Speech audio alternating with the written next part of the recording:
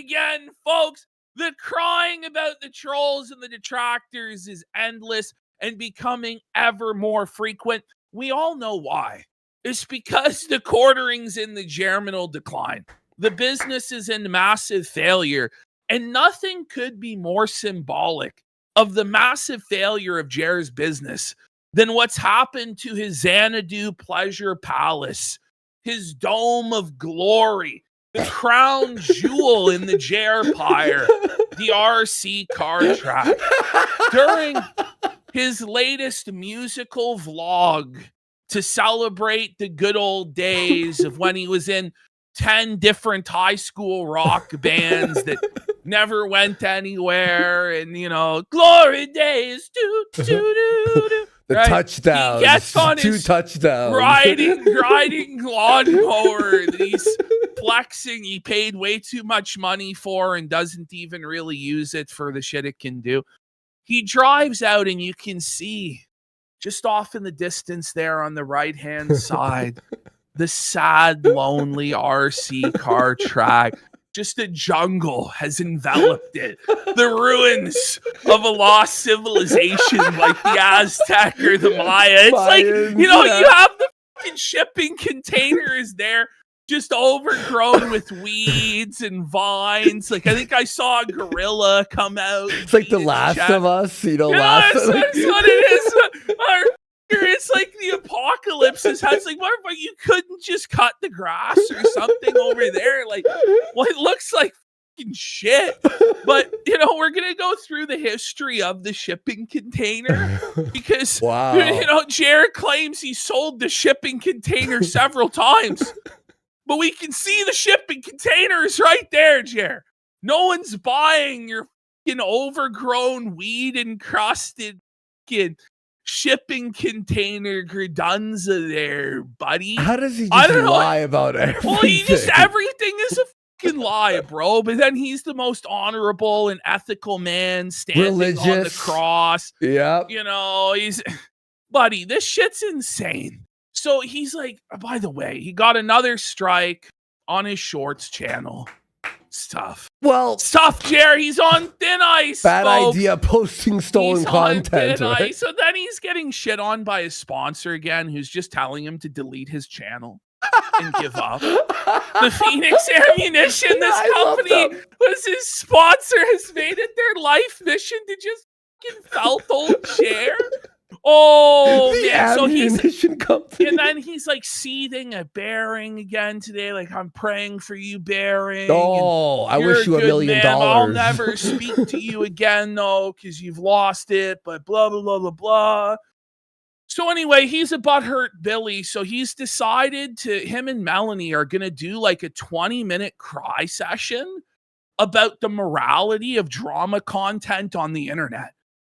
And how this is sinful and it's soaked in blood. Now, mind you, the moment Perez Hilton started slitting his wrists, and if this was fake, a real, I don't know what. It was still disturbing. But the moment this happens, Quartering immediately fires up Twitter, starts talking about how he has inside sources inside the family that can confirm the children are okay. His inside sources was twitter.com. Oh, you know what I mean? My God. Which is available to all. But he immediately has to fire up a video as soon as he can with, if it bleeds, it leads. Let me cover this guy's psychotic mental breakdown for money. Yeah. But if we cover his mental breakdown for money, it's wrong. Or his diarrhea episode that he told us.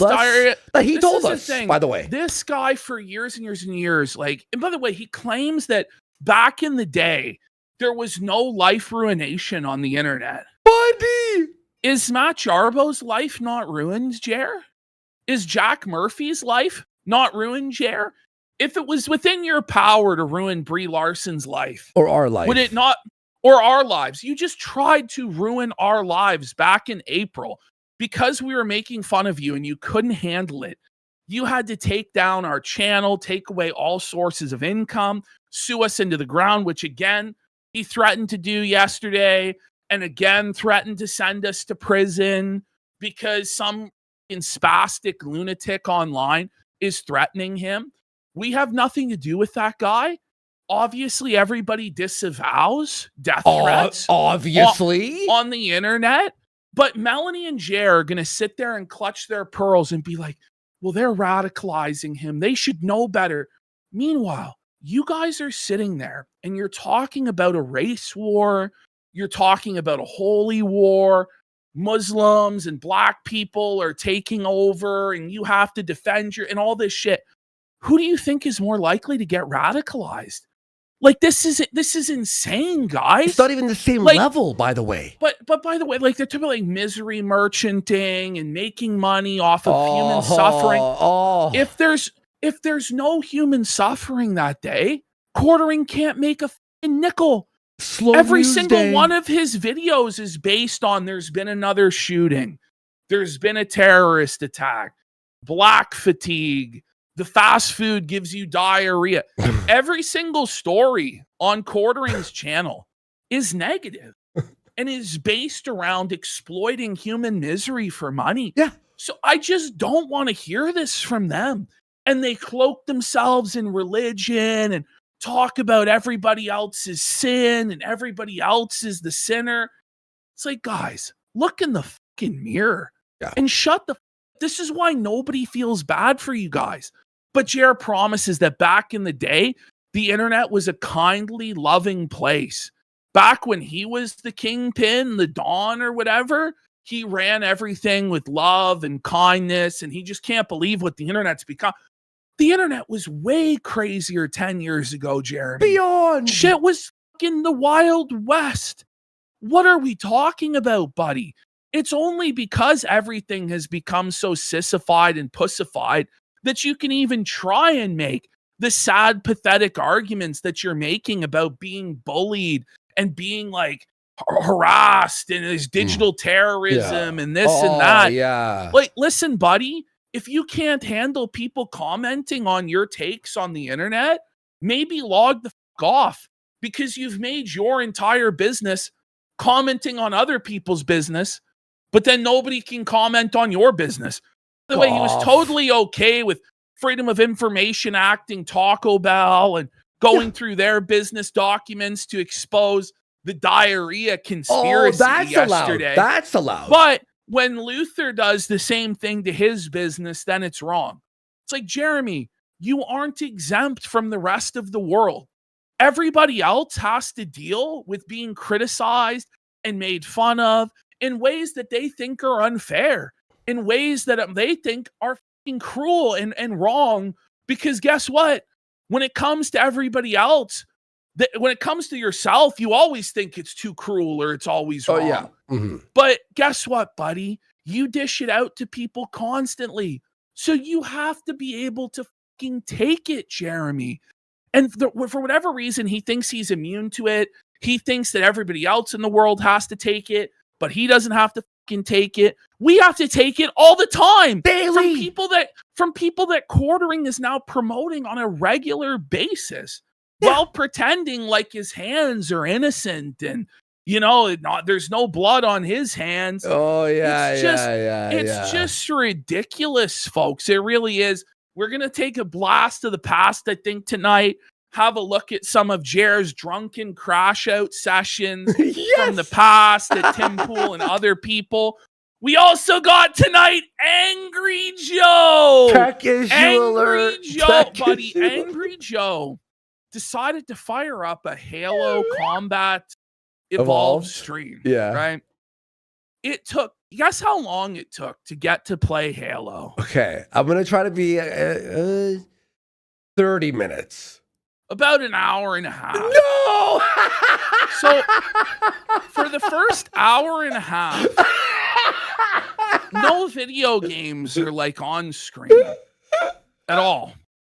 It's just Angry Joe like walking around while OJ makes like the worst small talk in the world with some other random British guy about the NFL. Okay. And like God knows what else. Well, Joe's fucking with the camera. Like it was this, bro. Joe's like walking with this camera, just like sweat beaming off of him, looking super obese and diabetic. You know what I mean? And he's just struggling, bro. He's got like a screwdriver in his mouth at one point. He's working. Bro, like he's so proud of like he's like fixed this camera that didn't even need to be fixed. Like it's this camera angle that they never even went to one time throughout the stream. I just want to point this out.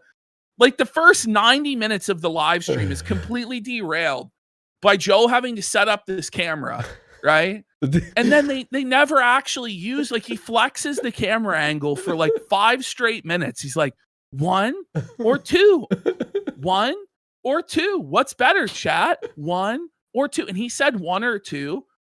I'm gonna wager 5 dozen times. Okay, it felt like it. It was fucking like pulling teeth out of your fucking head. And then the stream starts. They start playing Halo. Joe starts talking about like this game ain't shit.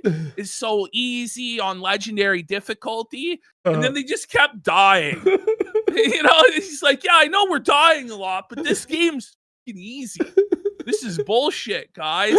And he just gets fucking taken out by a fucking energy sword and shit. Anyway,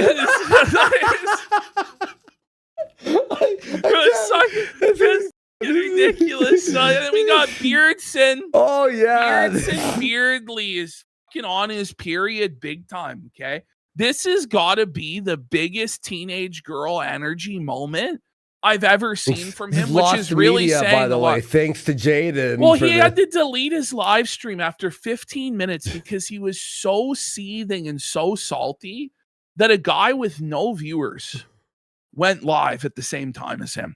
Whoa. Just to put this in perspective, Dalton Clodfelter's co-host. First of all, Dalton Clodfelter is like the lowest of the low. He's actually even been kicked out of the Groypers. He gets no viewers. But a guy who's known as the co-host of the lowest on the totem pole, who's now been kicked out of the Groypers, went live. So Beardson had a complete meltdown and said, no, you can have it. Yeah, you can have the time slot.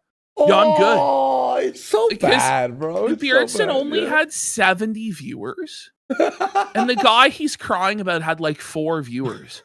But because this guy took 4 viewers from Beardson, he's like calling him out. He gets him on voice call. Like he calls him up. He's like, I'm going to call him. He calls him on his cell phone. Starts bitching him out for doing this, how wrong it is. The streamer etiquette, the streamer code.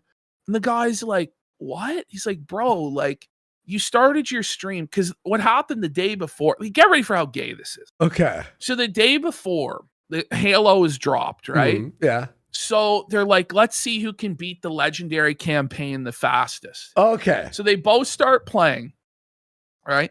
Beardson goes live early in the morning and starts his stream by going, this is the heist of the century. I'm going to beat the campaign before this guy's even up. Him, he's a loser. Yeah. You snooze, you lose, bro. Well, then like somebody tells Buddy, hey, Beardson just went live. And he's talking shit saying he's going to beat the game before you. Oh. So then this guy goes live and is like, he goes, oh, Beardson, I'm not going to let you beat the game before me. So then Beardson crashes out and is like, this is wrong. You're trying to steal my money. And the guy goes, well, I don't have any viewers though. Like, I don't expect anybody to watch. He's like, listen, if anybody's watching me, just go watch Beardson. I just want it to be known for the record that I beat Halo first. Beardson.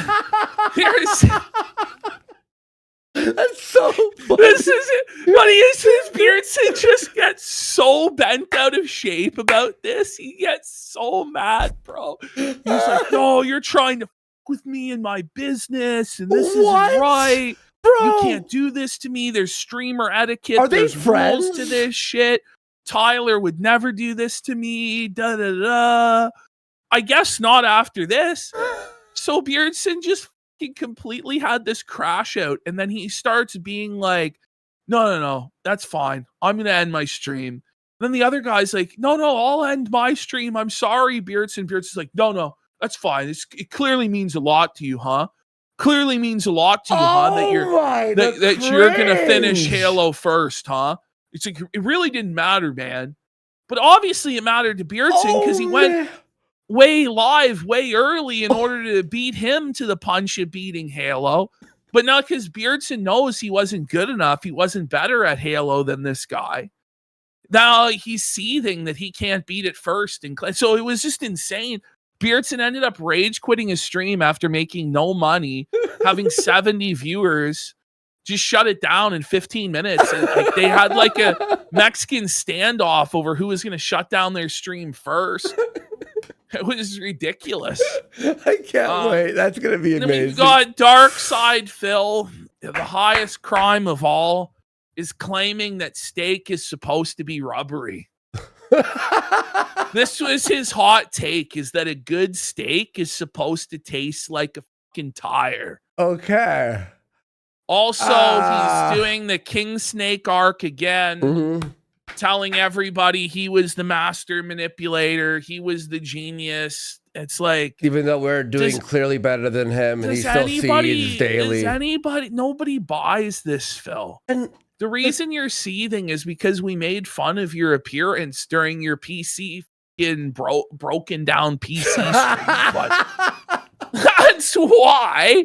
So he's like melting down about this shit, man. And we also have 22 minutes of Phil getting felted by his ex Panda Lee over the years. It's a pretty good compilation there. We have an old compilation of some of Phil's most positive and meaningful moments as well to go over. The DS positive, yep. We have a Styx Hexenhammer update today.